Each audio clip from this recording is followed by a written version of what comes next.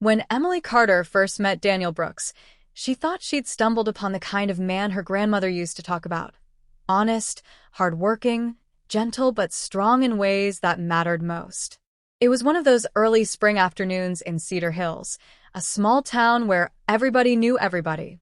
Emily had been volunteering at the local animal shelter, brushing down an anxious golden retriever, when Daniel walked in carrying a box of supplies. He was there to drop off donations from the hardware store he managed. At first, Emily barely looked up until she heard his voice. It was warm, calm, and the kind that made you think he had never once raised it in anger. They spoke for less than 5 minutes that day, but something about him stayed with her.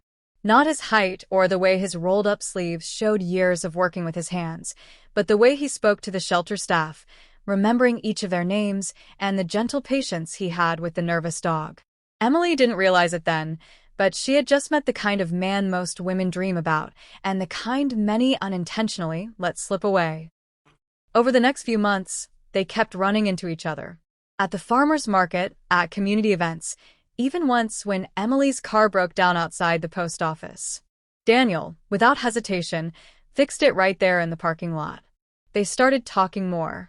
She learned that he had lost his father young and had taken over helping his mother raise his younger siblings. He never complained about it, not once. He talked about it as if it was the most natural thing in the world to step in and do what was needed. He didn't boast about his sacrifices. Emily had to read between the lines to even realize how much he'd given up for others.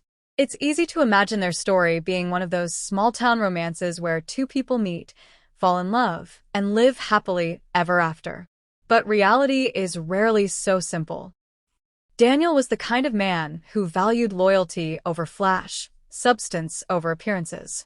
He was slow to open up, but once he did, his affection ran deep. Emily, on the other hand, was used to a different kind of love, the whirlwind kind that sweeps you off your feet, full of grand gestures and constant attention. She had been in relationships where drama was mistaken for passion, where silence meant something was wrong, and where every day had to feel like a movie. At first, Daniel's steady, predictable ways felt comforting. He called when he said he would. He showed up early instead of late.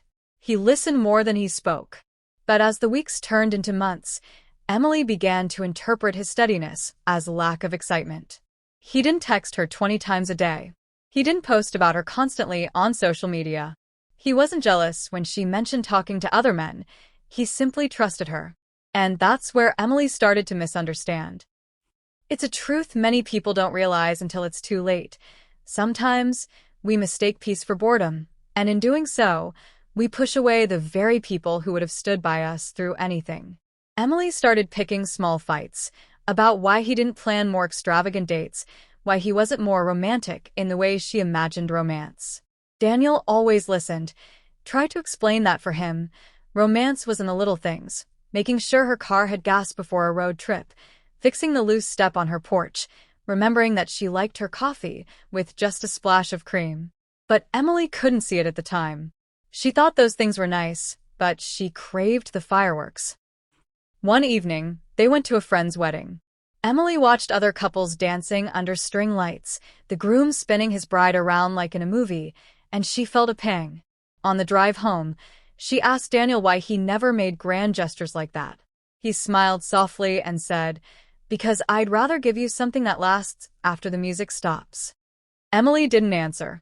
She didn't know what to say. The shift came slowly, but surely.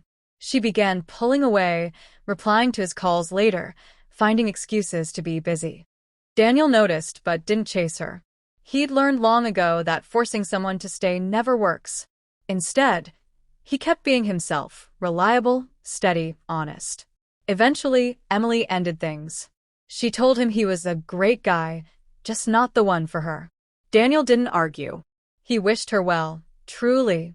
It wasn't until months later, when she dated someone who was all charm but no consistency, that Emily began to understand what she had lost.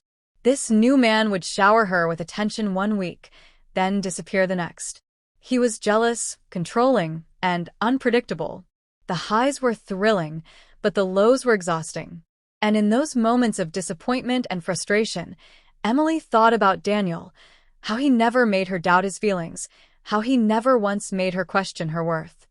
The truth is, most women lose a good man not because he wasn't loving enough, but because his love didn't look like the kind they had been taught to expect. We're often told love should be fiery, dramatic, and all-consuming. But real love, the kind that lasts decades, is steady, respectful, and safe. Daniel eventually met someone else. Her name was Claire, a teacher who appreciated the quiet strength he offered. She didn't need him to prove himself with constant displays. She saw the value in his small, consistent acts, and because she cherished those things, Daniel gave her the best of himself. Emily heard about their engagement through a mutual friend. She was happy for him, or at least she told herself she was. But late at night, she couldn't help but think about the night she let him go, not because he wasn't enough, but because she didn't understand what enough truly meant. Years later, Emily was sitting at the same farmer's market where she and Daniel had once met. She saw him across the street, holding a little girl's hand, his daughter. Claire was beside him, smiling, and they looked exactly like the kind of family Emily used to dream about. She realized in that moment that Daniel hadn't changed. He was still the same steady, reliable man he'd always been. The only difference was that someone else had recognized his worth in time. Emily smiled to herself, a bittersweet ache in her chest. It wasn't regret in the sense that she wanted him back. It was the realization of a lesson she wished she had learned sooner. Sometimes, the best men are the ones who don't set off fireworks in the sky. They're the ones who build a fire in your home that keeps you warm for the rest of your life. And most women only realize it after they've already walked away.